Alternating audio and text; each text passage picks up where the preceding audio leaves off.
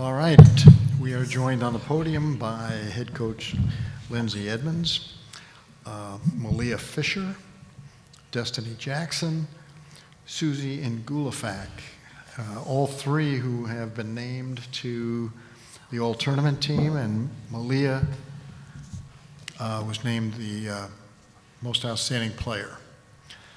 Coach, before we get to questions, can we hear some thoughts of yours about tonight's game? I'm really proud. When we started, we always break the season into 3 different seasons: non-conference, conference, and then tournament play. And so when we started tournament season, we started breaking down huddles with our left hand because it was closest to our hearts. And I just feel like we played with so much heart. We played with so much toughness. We played with so much togetherness. It was really special. We hung our hats on defense.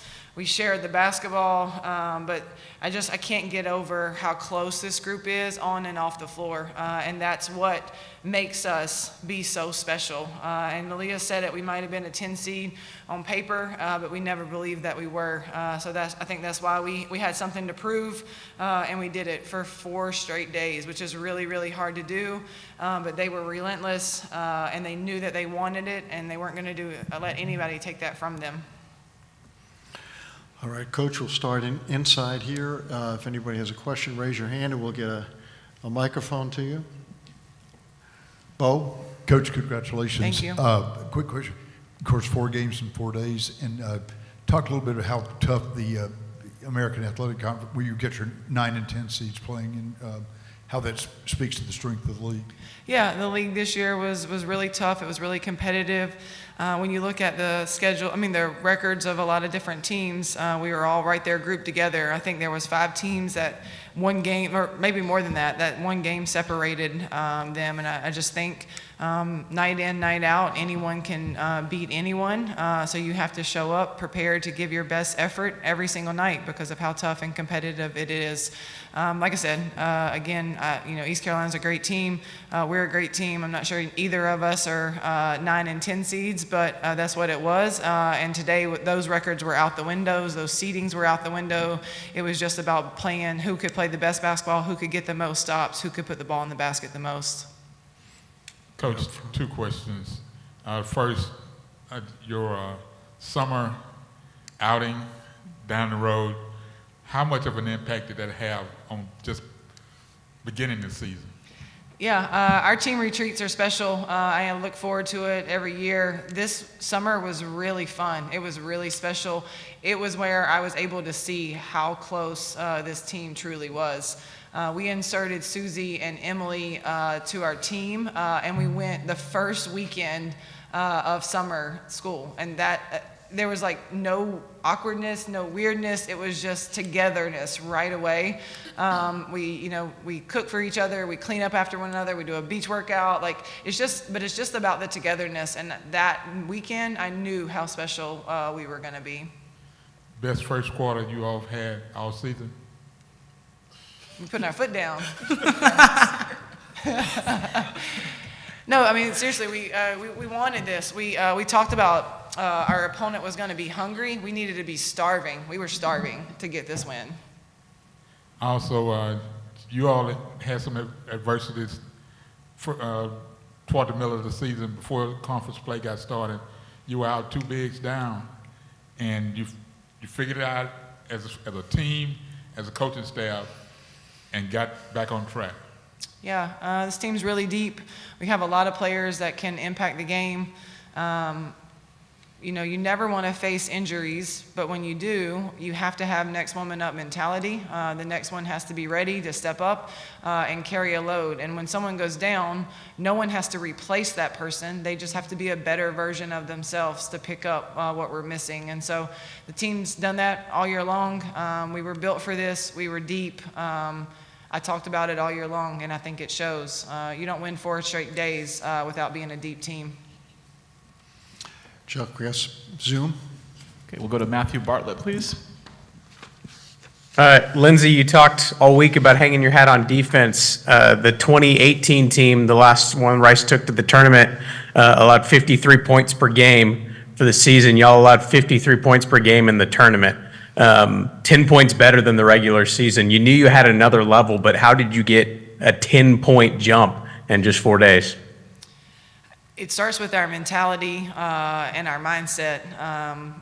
We've just been saying one more stop, one more rebound, being greedy for those rebounds, being greedy for stops. We calculate kills, so 3 stops in a row we count as a kill. I know we had 7 in the first half, so I'm not sure what we finished with, but it was just a mentality, and I feel like everybody bought into it. Everybody was locked into that, and it was tremendous. It was everything that we needed it to be. And Susie, you get to start last game of the regular season and start every game of this tournament, have your first career double-double at Rice in the championship game. Can you paint a better way to end a season? No, not really. It ain't over yet, Matthew. Yeah, we're still Regular playing games, season. But, Okay. No, it was awesome. I mean, like Coach says, it's kind of like next one up. When my number was called, I was ready. I've dealt with things all season, but I've stayed ready through all of that. And, you know, when it was my turn, my teammates and my coaches believed in me, and that's all that matters. We got the dubs. And one for Destiny. I think back, you were on that 2019 team that had a top team in the conference all year and had the tournament canceled with COVID. NCAA tournament bids are hard to come by. How sweet is it after you went through that and you got so close to go through all this to have the chance to get to go to the big dance? I mean, going through this year, it was really fun actually to like go through that adversity, play 4 days, and like to that 2019. I mean, it was nice, but actually working for it was really like fulfilling for me and my teammates and my coaches. We'll go next to Dan Tortora, please.